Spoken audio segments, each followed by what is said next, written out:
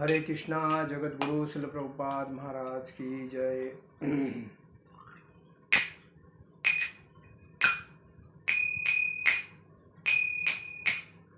जय राधा माधव कुंज विहारी,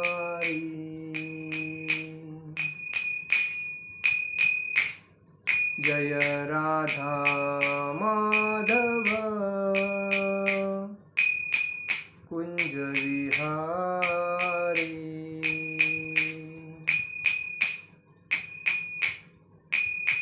गोपीजन वल्लभ गिरिवरधारी,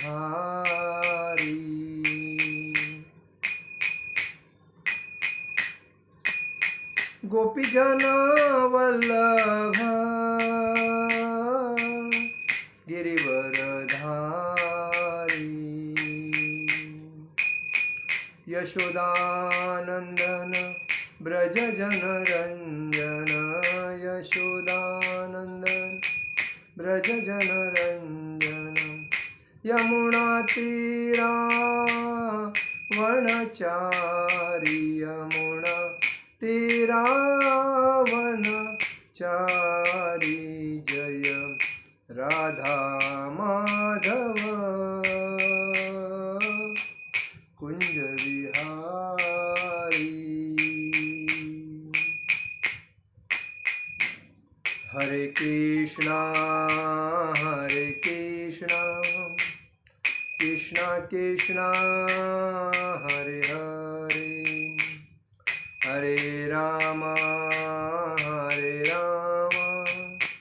राम राम हरे हरे। हरे कृष्णा कृष्णा कृष्णा हरे हरे, हरे राम राम राम हरे हरे। हरे कृष्णा कृष्णा कृष्णा हरे हरे, हरे राम राम राम हरे हरे। जय ओम विष्णुपाद परमहंस परिव्राजकाचार्य अष्टोत्तरशत शिला एसी भक्ति वेदांत स्वामी शिल प्रभुपाद महाराज की जय। जय ओम विष्णुपाद परमहंस परिव्राजकाचार्य अष्टोत्तरशत शिला भक्ति सिद्धांत सरस्वती ठाकुर शिल प्रभुपाद महाराज की जय। जय ओम विष्णुपाद परमहंस परिव्राजकाचार्य अष्टोत्तरशत श्री गौर किशोर बाबाजी महाराज की जय। जय ओम विष्णुपाद परमहंस परिव्राजकाचार्य अष्टोत्तरशत शिला भक्ति विनोद ठाकुर जी शिल प्रभुपाद महाराज की जय। जय ओम विष्णुपाद परमहंस परिव्राजकाचार्य अष्टोत्तरशत शिला जगन्नाथ जी बाबा जी महाराज की जय। अनंत कोटि वैष्णव वृंद की जय। श्री रूप सनातन भट्ट रघुनाथ श्री जीव गोपाल भट्टदास रघुनाथ गोस्वामी शिल प्रभुपाद महाराज की जय। अनंत कोटि वैष्णव वृंद की जय। नामाचार्य शिल हरिदास ठाकुर की जय। प्रेम से कहो श्री कृष्ण चैतन्य प्रभु नित्यानंद श्री अद्वैत गदाधर शिवासादि गौर भक्त वृंद की जय। श्री श्री राधा कृष्ण गोप गोपीनाथ श्याम कुंड राधा कुंड गिरि गोवर्धन की जय। वृंदावन धाम की जय। नवदीप मायापुर धाम की जय। द्वारका धाम की जय। जगन्नाथपुरी धाम की जय। अयोध्या धाम की जय। बद्रीनाथ धाम की जय। रामेश्वरम धाम की जय। गंगा माई की जय। यमुना माई की जय। तुलसी महारानी की जय। भक्ति देवी की जय। हरिनाम संकीर्तन की जय। समवेद भक्त वृंद की जय। समवेद भक्त वृंद की जय। समवेद भक्त वृंद की जय। श्री गुरु गौरांग की जय। निताय गौर प्रेमानंदे हरि हरि बोल। ओम नमो भगवते वासुदेवाय। ओम नमो भगवते वासुदेवाय। ओम नमो भगवते वासुदेवाय। आज के भगवत गीता के लेक्चर में आप सभी का हार्दिक स्वागत। आज एक्चुअली अतिशय उत्तम दिवस है और ये दिन क्या है तो आज शालिग्राम और तुलसी महारानी का विवाह है और आज देव उठनी एकादशी है और मतलब दुपेक है, आज भी है कल भी है। तो आप सभी का हार्दिक स्वागत है। शुरुआत करते हैं। आचार्य वक्षति कचिदेन माच्छर्यवदति तथैव चान्यम् आश्चर्यवच्छन्नमनः शृणोति श्रुत्वापि नैवेद तच्चैव कञ्चित् आश्चर्यवत् पश्यति कचिनदेनं माच्छर्यवद्वत्यति तथैव चान्यम् आश्चर्यवच्चन्नमनः शृणोति श्रुत्वाप्येनं वेद चैव कच्चित् आश्चर्यवत् पश्यति कचिदेनं माच्छर्यवद्वतति कथैव चान्यम् आश्चर्यवञ्चेन मनन्न शृणोति श्रुत्वाप्येनं वेद न चैव कञ्चित् आश्चर्यवत म्हणजे आश्चर्य की तरह, पश्यति म्हणजे देखता है, कच्चित म्हणजे कोई, एनम म्हणजे इस आत्मा को, आश्चर्यव्रत आश्चर्य की तरह, वदती म्हणजे कहता है, तथा म्हणजे जिस प्रकार, एव म्हणजे निश्चय, च म्हणजे भी, अन्य म्हणजे दूसरा, आश्चर्यवत म्हणजे आश्चर्य से, च म्हणजे और, एनम म्हणजे इस आत्मा को, अन्य म्हणजे दूसरा, श्रुणोती म्हणजे सुनता है, श्रुत्वा सुनकर, अपि म्हणजे भी, एनम म्हणजे इस आत्मा को वेद जानता है, न म्हणजे कभी नहीं, च म्हणजे तथा, एव म्हणजे निश्चय, कंचित मतलब कोई। अनुवाद, कोई आत्मा को आश्चर्य से देखता है, कोई इसे आश्चर्य की तरह बताता है, तथा कोई इसे आश्चर्य की तरह सुनता है, किंतु कोई कोई इसके विषय में सुनकर भी कुछ नहीं समझ पाते। देखिए, हम लोग आत्मा को मतलब कैसे कैसे परिस्थिति में कोई देखता है, कोई बताता है, कोई सुनता है, और कोई ये देख सब करने के बाद भी उनको कोई फर्क नहीं पड़ता है। तात्पर्य में शिल प्रभुपाद जी लिखते, शिल प्रभुपाद महाराज की जय, चूँकि गीतोपनिषद उपनिषदों की सिद्धांत पर आधारित है तथा कठोपनिषद में पहले स्कंद में दूसरे अध्याय में 7वें श्लोक में इस श्लोक का होना कोई आश्चर्यजनक नहीं है। श्रवणयपि बहुभियो न लभ्यम शृण्वतोपि बहवो नय विधुम आश्चर्यो वक्ता कुशलोस्तलब्धाम आश्चर्यस्तो ज्ञाता कुशलानुशिष्टम। विशाल पशु, विशाल वटवृक्ष तथा 1 इंच स्थान में लाखों करोड़ों की संख्या में उपस्थित सूक्ष्म कीटाणुओं के भीतर अनु आत्मा रहता है, उपस्थित निश्चित रूप से आश्चर्यजनक है। अल्पज्ञ तथा दुराचारी व्यक्ति अनु आत्मा के स्फुलिंग के चमत्कारों को नहीं समझ पाता। कौन? अल्पज्ञ और दुराचारी व्यक्ति ऐसे चीज को समझ नहीं पाता। भले ही उसे बड़े से बड़े ज्ञानी जिसने विश्व के प्रथम प्राणी ब्रह्मा को भी शिक्षा दी हो, क्योंकि क्यों नहीं समझाए?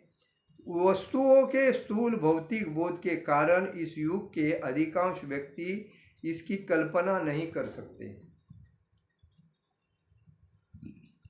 कि इतना सूक्ष्म कण किस प्रकार इतना विराट, इतना लघु बन सकता है। अतः लोग आत्मा को आश्चर्य की संरचना या उसके विवरण के आधार पर ही आश्चर्य से देखते हैं। इंद्रिय तृप्ति की बातों में फंसकर लोग भौतिक शक्ति माया से इस तरह मोहित होते हैं कि उनके पास आत्मज्ञान को समझने का अवसर ही नहीं रहता है। यद्यपि यह तथ्य है कि आत्मज्ञान के बिना सारे कार्यों का दुष्परिणाम जीवन संघर्ष में पराजय के रूप में होता है। जिसको आत्मज्ञान नहीं है उसकी हालत वही है। संभवतः उन्हें इसका कोई अनुमान नहीं होता कि मनुष्य को आत्मा के विषय में चिंतन करना चाहिए और दुखों का हल खोज निकालना चाहिए।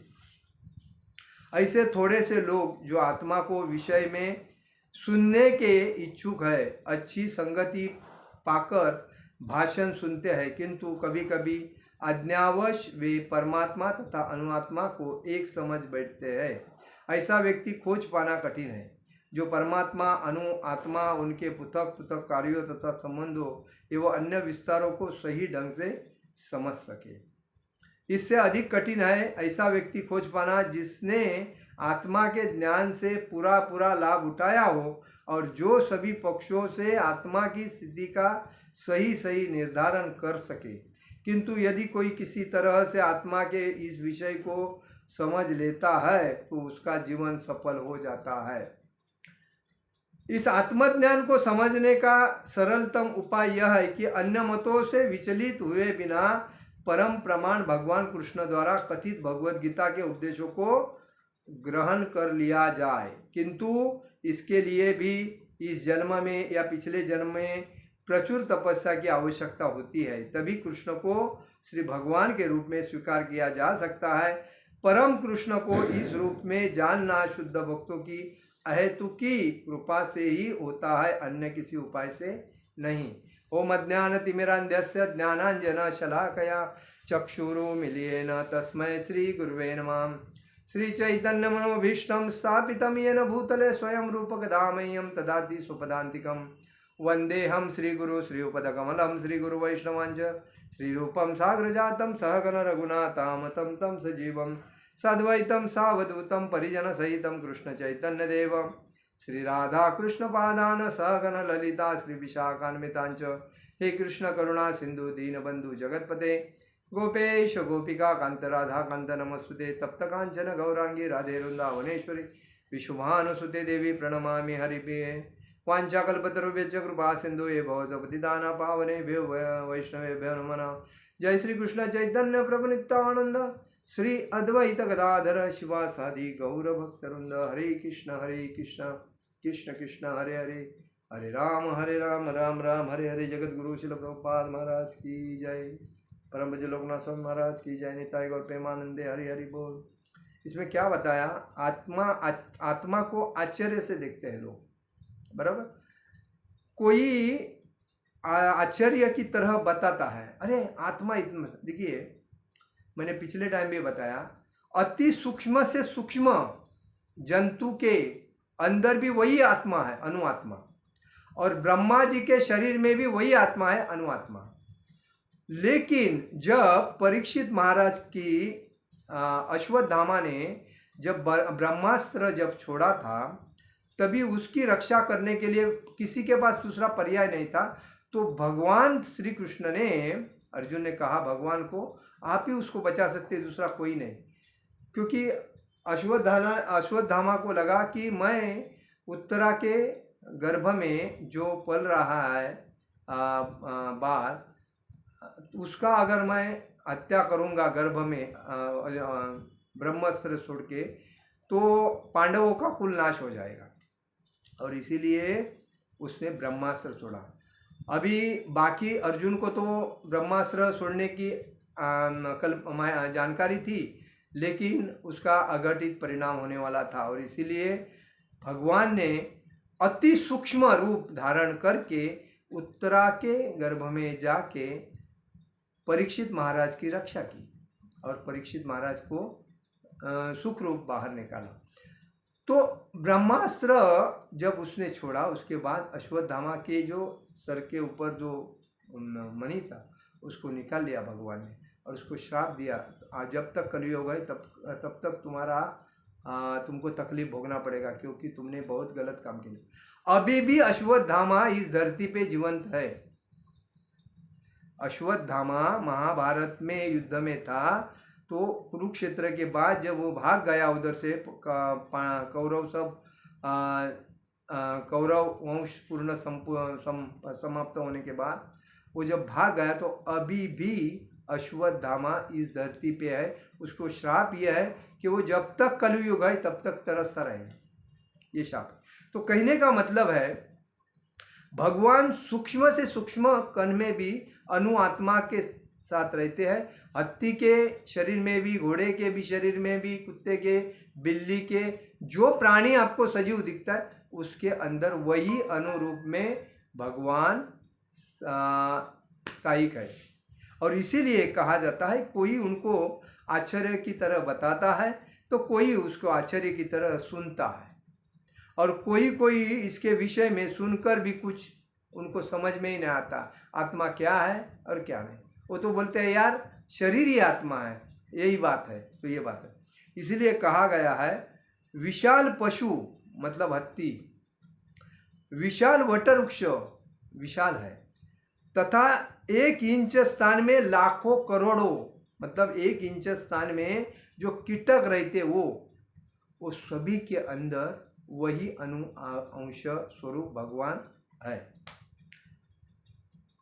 सूक्ष्म कीटाणुओं के भीतर भी अणु आत्मा की उपस्थिति निश्चित रूप से आश्चर्यकारक है, और इसीलिए कहा है अल्पज्ञ तथा दुराचारी जो व्यक्ति है वो आत्मा के स्फुलिंग के चमत्कारों को नहीं समझते। अल्पज्ञ अज्ञानी लोग हैं, असुर लोग हैं, और जो ये हमेशा इंद्रिय भोग में पड़े रहते हैं, उनको इस आत्मा और शरीर के बारे में क्या पता है। वो तो अपने जीवन में एंजॉय करने में लगे। उनको मालूम है कि मैं आज अगर एंजॉय करूँगा तो ये जीवन का सबसे बड़ा दिन है।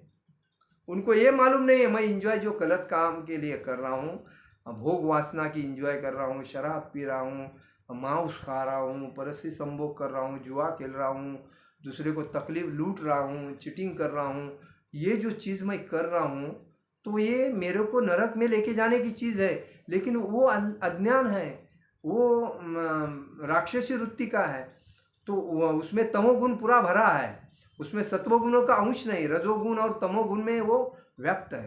तो वो व्यक्ति क्या सोचेगा, वो व्यक्ति वही सोचेगा शरीर ही आत्मा है और क्या है, अरे बस शरीर है, मर गया तो मर गया, ये बात। लेकिन जो ज्ञानी है, जो सत्वगुणी है, जो भगवान की भक्ति में तल्लीन है, जो वैष्णव है, जो ब्राह्मण है, ये जो भक्त होते हैं, इनके दिमाग में अनु आत्मा का जो स्थान है, शरीर का क्या स्थान है, आत्मा का क्या स्थान है, आत्मा जाने के बाद शरीर की क्या हालत है, ये सब उनको ज्ञान है। और वो हमेशा यही देखते हैं कि अपने से कोई गलत काम नहीं होना चाहिए, अपने से किसी को दुख पहुंचाना नहीं चाहिए, हमें दूसरे का भला करके छोड़ना है, हमें किसी को तकलीफ नहीं देना है।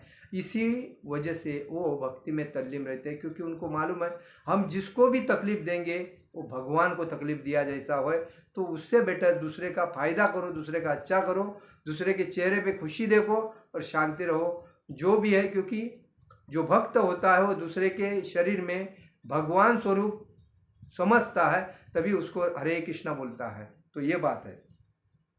तो भले बड़े से बड़े ज्ञानी जिसने विश्व के प्रथम प्राणी ब्रह्मा को भी शिक्षा दी हो, क्यों न समझाए। वस्तुओं के स्थूल भौतिक बोध के कारण इस युग के अधिकांश व्यक्ति इसकी कल्पना नहीं कर सकते कि इतना सूक्ष्म कण किस प्रकार इतना विराट, इतना लघु बन सकता है। तो मैं अभी बोला उत्तरा के गर्भ में भगवान जाके, इतना भगवान विश्व रूप वाले भगवान, लेकिन अपने भक्त की रक्षा करने के लिए वो सूक्ष्म अणु से भी सूक्ष्म शरीर में रूप लेके वो उसके गर्भ में जाके उसकी रक्षा किया। तो कहने की बात यह है कि भगवान को ये सब कुछ साध्य है। भगवान ने गोवर्धन जो पर्वत था वो इस उंगली में, लेफ्ट साइड के उंगली में नाखून के ऊपर 7 रात्र 7 दिन गोवर्धन को उठा के पूरे मतलब ब्रजवासियों की, गोपियों की, बालों की और गायों की रक्षा की। भगवान ने, ब्रह्मा जी ने जब भगवान की परीक्षा लेने की चाहा, तभी अब भगवान जो गैया चरा रहे थे वो सभी गैया को, बछड़े को और गोपिया को, गोप मतलब जो सवंगड़ी थे भगवान के गोप को, सभी को अपने एक स्थान में छुपा के रख दिया। और छुपा के रखने के बाद भगवान समझ गए कि ये किसने किया है।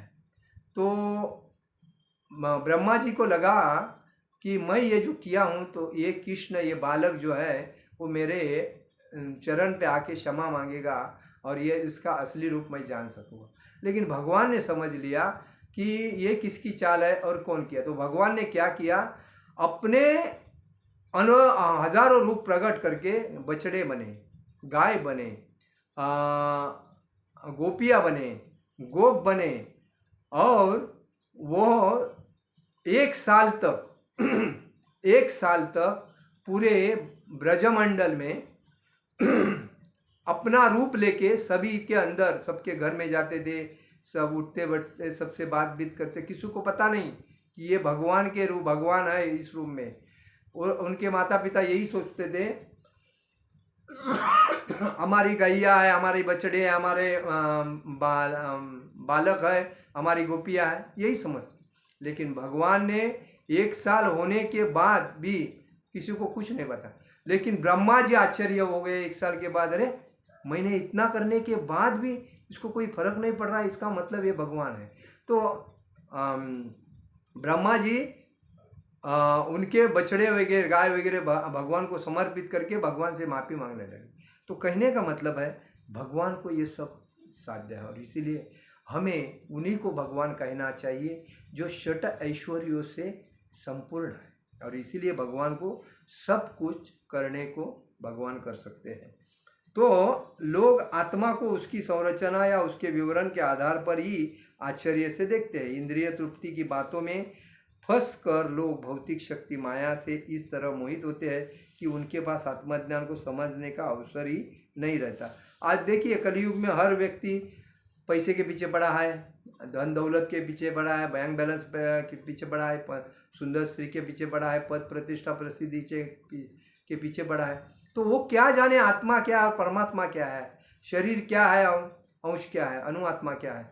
तो ये आहार मतलब ईर्ष्या, क्रोध, अहंकार, लोभ, मोह और संशय, इस बेसिस पे ये 6 राक्षस उनके अंदर इतने भरे हैं कि उनको दूसरा सूझता है, और इसीलिए वो दुख भोगते रहते हैं, और ये वो आत्मा के बारे में नहीं जानते। तो जीवन में हमेशा वो संघर्ष करते रहते, गधे के जैसा। सुबह गधा कैसा मालिक को प्रसन्न करने के लिए गाता है, उसको लगता है मालिक प्रसन्न होने के बाद मुझे गधी देगा, मैं उसके साथ ये करेगा, बच्चे पैदा करूँगा, तो इसीलिए गाता। तो जब मालिक को लगता है करे यार ये इतना टेंशन दे रहा, मालिक उसको डंडे से मारता है। गधी जब आती है, गधी के पास जब गधा आता है तो गधी उसको लात से मारती है। तो यही बात है कि आज देखिए इंद्रिय भोग के लालच में लोग दिन रात मेहनत करते हैं, और शाम के टाइम पे जब वो अपने पत्नी के पास जाते हैं तो पत्नी भी उसका तिरस्कार करती है। तो ये बात आज संसार की है। मुचकुंद महाराज ने भगवान से कहा इस संसार में कोई सुख नाम का चीज़ ही नहीं। दी कितना भी पद, राजा रहे, रंक रहे, कोई रहे, कितना भी पद प्रतिष्ठा पैसा रहे, लेकिन वो क्षुल्लक है उसके पास, क्योंकि उसकी कोई घर में कदर ही नहीं करता, उसकी पत्नी भी नहीं करते, बच्चे भी नहीं करते, आजू बाजू की बात छोड़ो। तो ये उससे बेटर है संन्यास। ये साधु संतों की जो सेवा है यही सबसे सेवा है, बाकी तो कुछ सेवा है नहीं। इसलिए इसको त्याग करके जो भक्ति में तल्लीन है वही श्रेष्ठ और वही ज्ञानी है। तो उन्हें इसका कोई अनुमान नहीं होता। मनुष्य को आत्मा के विषय में चिंतन करना चाहिए और दुखों का हल खोज निकालना चाहिए। आत्मा क्या है मनुष्य को समझना चाहिए और दुख से बाहर निकालना चाहिए। लेकिन लोग आहार, निद्रा, भय, मैथुन के चक्कर में दुख को आनंद समझते हैं, क्षुल्लक आनंद के लिए दिन रात मेहनत करते हैं और खुद के जीवन को पूर्णता बर्बाद करते हैं। और इसीलिए ऐसे थोड़े से लोग जो आत्मा के विषय में सुनने के इच्छुक है अच्छी संगति पाकर भाषण सुनते हैं, किंतु कभी कभी अज्ञावश वे परमात्मा तथा अनुआत्मा को एक समझ बैठते हैं। ऐसा व्यक्ति खोज पाना कठिन है। इसमें बताया कोई आदमी समझता है, लेकिन परमात्मा क्या है, आत्मा क्या है, इसके कन्फ्यूजन में वो भी भक्ति छोड़ देते हैं। तो इसमें दूसरा बताया है कि अन्य विस्तरों संगी मतलब अधिक कठिन है व्यक्ति खोज पाना जिससे आत्मा का पूरा लाभ उठा सके।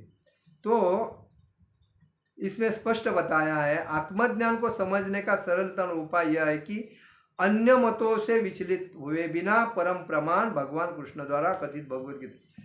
सबसे श्रेष्ठ बात यह है कि जीवन का लक्ष्य है भगवान के धाम को प्राप्त करना, भगवान के प्रेम को प्राप्त करना।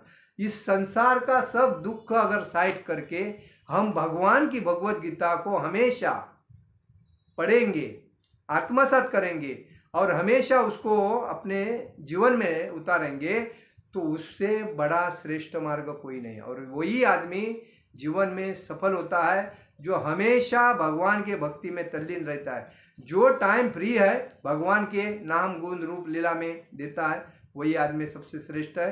अन्यथा बाकी जो पद प्रतिष्ठा पैसा प्रसिद्धि के पीछे लगे है, वो शुल्लक आनंद के लिए जीवन को बर्बाद कर रहा है, क्योंकि उनको एक मालूम है आज नहीं तो कल मुझे मृत्यु आएगा, लेकिन मैं तो मृत्यु से बचूंगा नहीं।